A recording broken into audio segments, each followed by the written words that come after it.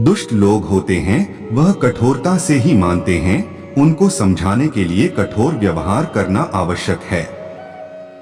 अगर समझाने मात्र से दुष्ट समझ जाते तो बांसुरी बजाने वाला कभी महाभारत नहीं होने देता। जिंदगी में भरोसा एक ऐसी चीज है जिसे प्राप्त करना वर्षों की मेहनत के समान है। फिर भी यह प्राप्त हो या नहीं यह भाग्य पर निर्भर करता है, किंतु भरोसे को तोड़कर पुनः प्राप्त करना यह संभव नहीं है। इसलिए जिंदगी में अवसरों का आनंद सदैव ले, लेकिन भरोसे को कभी टूटने ना दें। मनुष्य का मन सदैव से चंचल रहा है। इस मन की चंचलता ने मनुष्य को पथभ्रष्ट तथा मार्ग से विचलित करने में कोई कसर नहीं छोड़ी।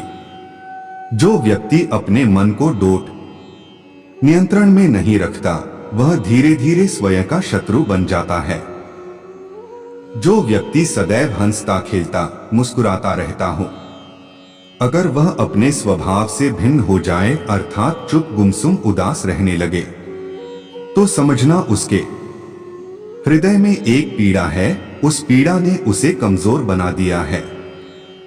अगर किसी लक्ष्य, खुशी या सफलता की प्राप्ति में लंबा समय लग रहा है, प्रतीक्षा की अवधि अधिक है, तो हो सकता है आपकी अपेक्षा से ज्यादा आपको मिलने वाला है। अपने कर्म पर अडिग रहिए और विश्वास रखिए उस ईश्वर पर जो आपके कर्म की परीक्षा ले रहा है। जो विधाता के लेख में होता है उसी का फल हमें मिलता है। विधि के विधान को स्वयं ईश्वर भी नहीं टाल सकते। जिस प्रकार राधा से कृष्ण निश्चल भाव से प्रेम करते थे, प्रेमिका के भाव से मीरा कृष्ण को पति मानती थी, मगर विधि के विधान में रुक्मिणी का साथ लिखा था, जिसे स्वयं विधाता भी नहीं टाल सके। क्रोध व्यक्ति का सबसे बड़ा शत्रु है। क्रोध के जन्म लेते ही व्यक्ति अपना विवेक खो देता है। विवेक के खो जाने पर व्यक्ति अपने पतन के मार्ग में उन्मुख हो जाता है। क्रोध की अवस्था से सदैव बचना चाहिए।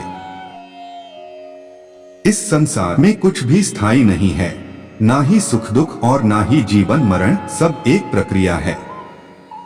जो खुशियां आज तुम्हारे पास है कल वह खुशियां किसी और के पास होगी। जिसे अपना समझकर हम खुश होते हैं वही खुशी कल दुख का कारण बनती है। जिस व्यक्ति में अहंकार में और मेरा का भाव समाप्त हो जाता है, कुछ पाने की लालसा नहीं होती, वह परम शांति को प्राप्त करता है, उसे भगवान ईश्वर की शरण प्राप्त होती है। अंत समय में वह उस परम पद को प्राप्त होता है जो देवताओं के लिए भी दुर्लभ है। जिस व्यक्ति के पास आपके लिए मान सम्मान और कदर ना हो, उनके साथ रहना व्यर्थ है। वह सदैव आपके लिए शत्रुता का भाव रखते हैं। ऐसे व्यक्तियों के साथ रहने से उत्तम आप अकेले रहें। इस जीवन में अधिक सीधा होना, सरल होना भी अनुचित है। जो सरल और सीधे स्वभाव का होता है, लोग उसका अनायास फायदा उठाते हैं। यह जीवन एक रणभूमि है, यहाँ निरंतर संघर्षों का सामना करना पड़ता है।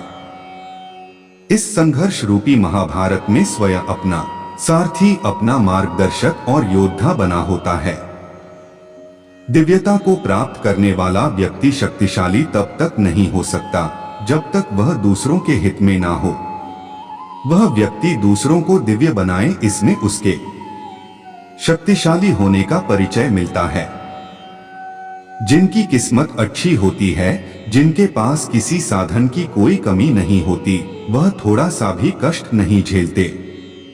थोड़ी सी भी कमी होने पर भगवान को कोसते हैं। वहीं जिनके पास अभाव होता है, जिनके पास साधन की कमी होती है, उनके पास थोड़ी सी भी बरकत हो या खुशी मिले, वह भगवान को धन्यवाद करते हैं।